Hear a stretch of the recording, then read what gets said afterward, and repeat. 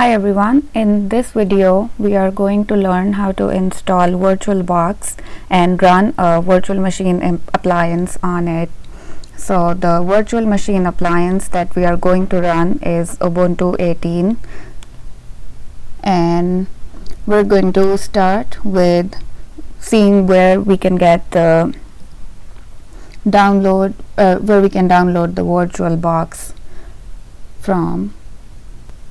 So the operating system that I am using as the host operating system is Linux, and the instructions for how to get the VirtualBox application for Linux and Windows is different.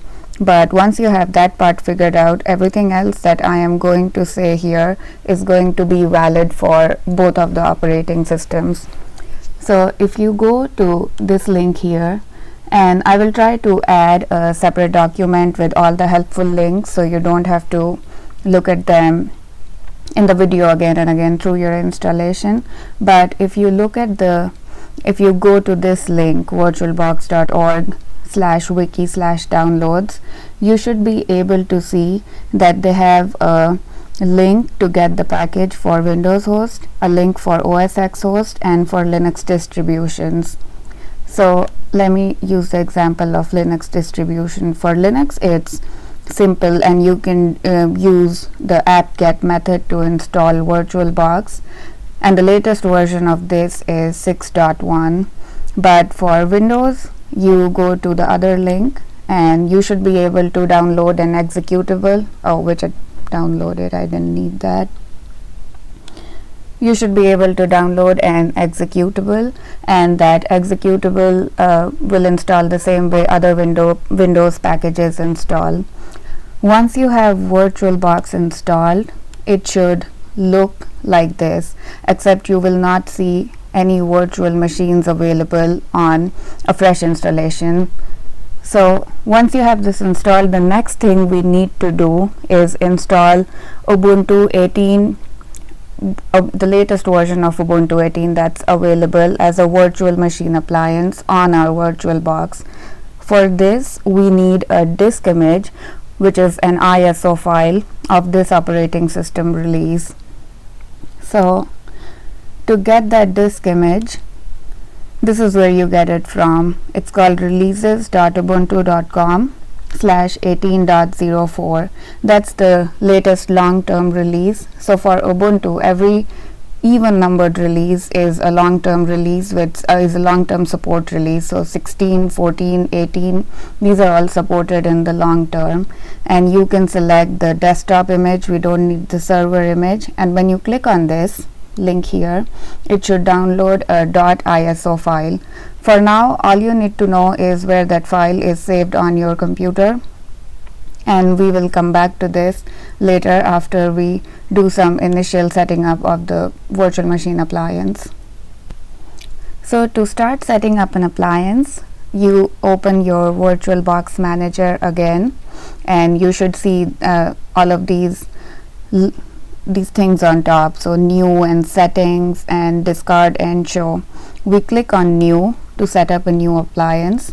So I have already created this appliance. It's called CPSC 8510, but because it took a while to set it up, but just so that you know the steps to expect and what to do, I am going to walk through some of the steps again. So let's say I want to call it test VM, and we know we're setting up a Linux machine, and this depends on what your system is, 32-bit or 64-bit. I have a 64-bit system, so I select version Ubuntu 64-bit. Then you might want to give a little extra memory, or if you don't have too much, at least 2 GB of memory, and you can always come back and a lot more memory in here, more RAM in here as you need to. So let's say for now I assign it 2 GB of memory, although in the machine I installed I gave it 4 GB of memory, since we need to do NS3 installation and simulations, and we might need extra RAM for that. So when you click next, that's where you decide what virtual hard disk you want to add to the machine. So a virtual hard disk file, so where it says use an existing virtual hard disk file, we might use this option in the future, but for this would be something like how I have created CPSC8510 as a virtual machine, and I can now export it as a hard disk and send it to all of you, so you won't have to do all of the setup. I think we might use it later once we get to the NS3 installation portion. So for now it's good to know that that's one way of getting a virtual machine installed. But since we are doing this installation from a disk image file, you click on create a virtual hard disk now, and you click on create. You can leave this at default VDI, and you can leave this at default as well. And 10 GB of file of virtual hard disk should be good enough. So now we can create this. So this has created our test VM, and so please note that so far we have not told it what disk image file or which Ubuntu installation we want to use. So once you click on this, you will get a place to start. You'll get this dialog box that says select startup disk. So you click on this option, this little folder on the right, and it should take you to, and you can go to wherever your you have saved the .iso file mostly. So like right here I have the, and it should, and click on it. So like I click on this .iso. This is the Ubuntu 18.04.5 desktop version that I downloaded, and I will click on start after this. Once I click on start, it will power up a new operating system. There would be a bunch of windows opening up and Ubuntu installer options. It will ask you, there will be, oh, I don't want to do that. So it will ask you a bunch of questions about your location, your time zone, and preparing disk space or leaving defaults, what you want your username, password, host name to be, and then it will take some time to install a bunch of important packages. So most of the options you will come across, except the prompts for username, password, and hostname, you should just leave to default and click and keep clicking next as you need to. And once everything is installed and the installation is finished, you will get an option to restart your machine. And once you do that, your fresh install will boot up, and it will show if everything has been done right and everything worked out fine. It will show up and ask you to log in using your user account. So let's assume all of that is done, and this is what you will see, which is this machine. I kept it open in the background because this was making my laptop a little slow, and I wanted to make sure I had this up and running when I created this video.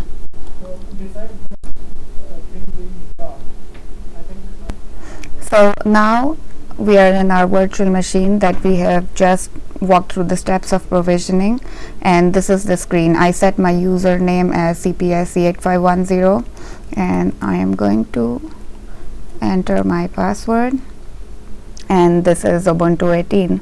If you have worked with Ubuntu 16 or earlier versions before, this is a slightly different layout. So the applications show up at the bottom here in this thing, and if you need to get to terminal, you get through here, or if you need to go to any of your applications.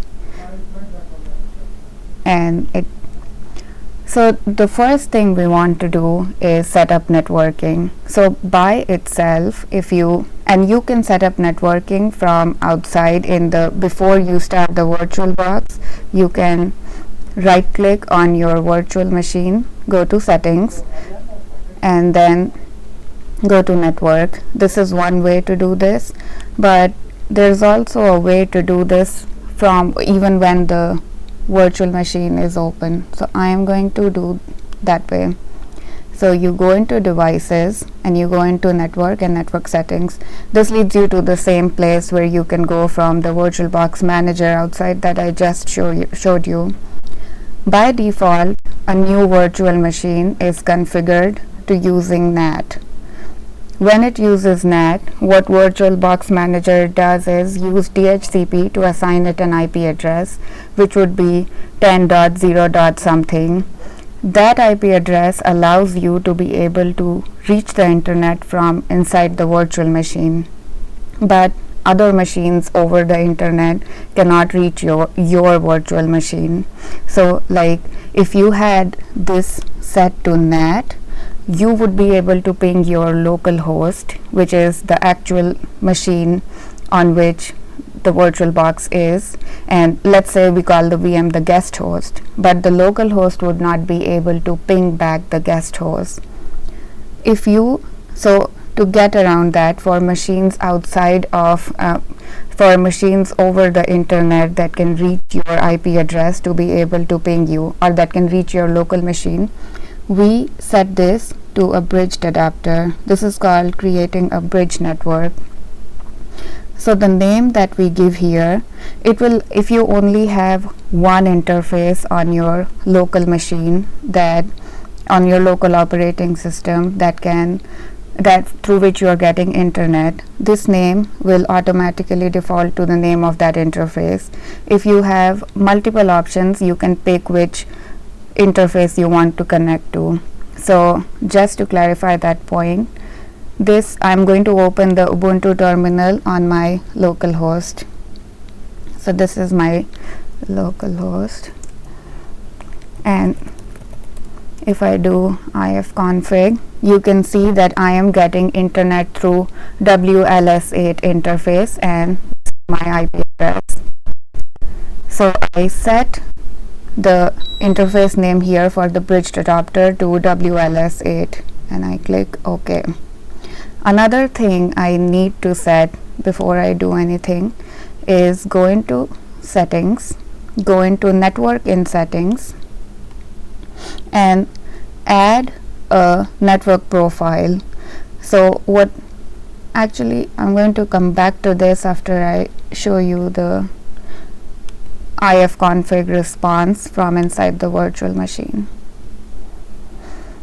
So now I am within the terminal, so this is inside the virtual machine.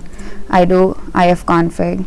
So now I know that the IP address I am using to get, so the interface I am using to get an IP address on the same subnet that my local host's internet is on is ENP0S3, and I am getting 192.168.1.183 IP address. If you don't understand the concept of subnets yet and this is confusing, then you can always ask me and I will answer that. But for now, it should suffice to know that both of our localhost WLS8 and this interface ENP0S3 belong to the same, have IP addresses from the same subnet right now. So now the next thing we want, so now we can ping outside, which was possible in NAT. So when you ping 8.8.8.8, you are pinging Google's server, or you can even ping the 192.168.1.169.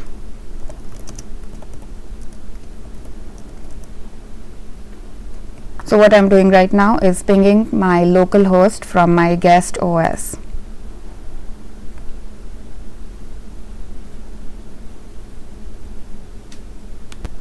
Okay, so I specified the wrong IP address. It's 192.168 and it's able to ping. Now if I go into my local operating system, so my local host, I can ping my virtual machine from in here. So that's 192.168.1.183, and I'm able to ping that from here. So the next thing we need is to be able to set up SSH connectivity, because for some of the things you might be doing, you might want to SSH from your virtual machine into any other machine on the local network, or from any other machine on the local network into your virtual machine. So that's what we are going to do next. One side note for before I talk about SSH. So when you start virtual machine, if you first type ifconfig, it might not have the correct packages installed, and it might give you a prompt to install net-tools, and it's so you can just follow the command that it prompts you. It should be sudo apt install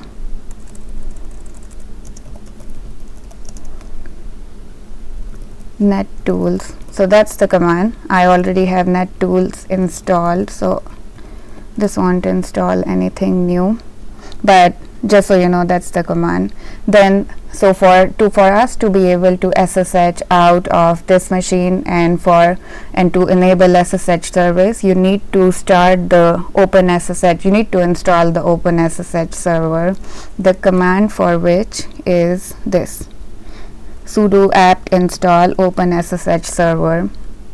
If you have worked with, and once you install this, you want to be able to check if this service is running. In older versions of Ubuntu, you could either do systemctl to check this, or do sudo service status. But in Ubuntu 18, from what I understand, sudo service status is depreciated, and the way to check if a system is running is if an application is running is to do sudo systemctl status SSH.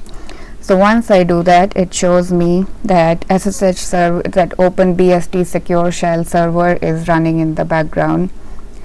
Another thing we need to do before we can SSH from our guest OS to any other machine on our network is go into settings, go into network, and create. So you will not see all of this when you initially, so if all of this shows with the one step that I'm going to tell you now.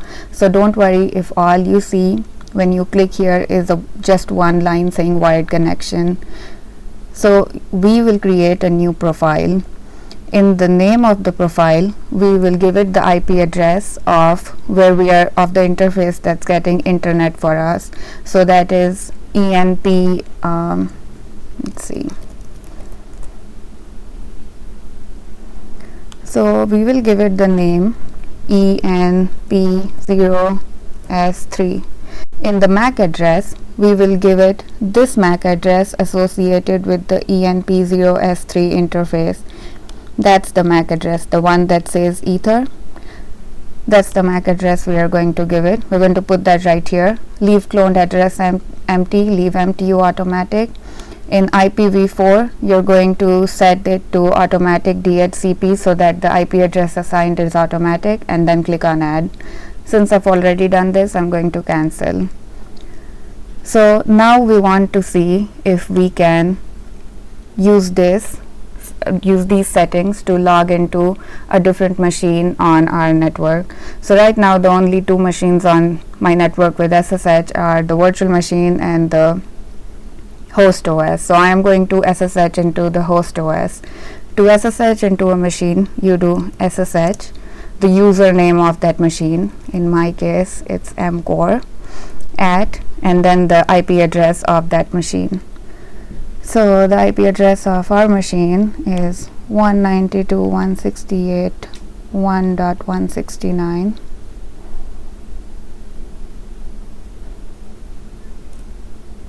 Okay. It asks me for my password, and now I am in my localhost machine. So now you see here, initially in the terminal we were in the virtual box, but now that we have SSH'd into the host OS successfully, this prompt has changed to represent what's in the host OS. So if you do ls, you'll see these are all of the files that are on my local machine and not on this machine. To exit out of a machine you have SSH'd into, just do exit. And again, if any of this is unfamiliar to you and you want some help figuring it out, I can always help you in office hours next week. Okay, now we want to see from the host operating system if we can SSH into this machine. So let's see if we can do that following the same way.